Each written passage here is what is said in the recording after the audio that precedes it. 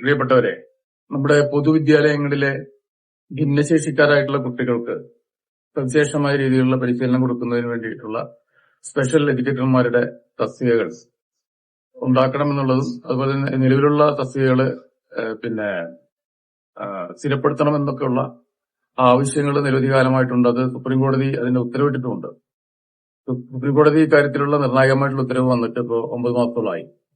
പക്ഷെ സംസ്ഥാന സർക്കാരിന്റെ ഭാഗത്ത് നിന്ന് ഈ കാര്യത്തിൽ വേണ്ട രീതിയിലുള്ള നടപടികളൊന്നും കാണുന്നില്ല.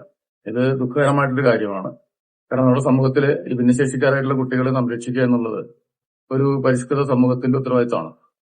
അത് തീർച്ചയായിട്ടും അവർക്ക് ശരിയായിട്ടുള്ള പരിശീലനം കിട്ടണം. അതിന് അഭ്യസ്തരായിട്ടുള്ള അധ്യാപകരെ നിയമിക്കുക തന്നെ വേണ്ടതാണ്. അതിനുവേണ്ടിയിട്ടുള്ള നടപടികൾ ഉണ്ടാവണമെന്നാണ് ആഗ്രഹിക്കുന്നത്. ഇവിടുത്തെ സ്പെഷ്യൽ എഡ്യൂക്കേറ്റർമാര് ഈ വിഷയം മുന്നോട്ട് വെച്ചുകൊണ്ട് പ്രതിഷേധിക്കുകയാണ്. അവരുടെ എല്ലാ തരത്തിലുള്ള ഐക്യദാർഢ്യം ഞാൻ അറിയിക്കുന്നു.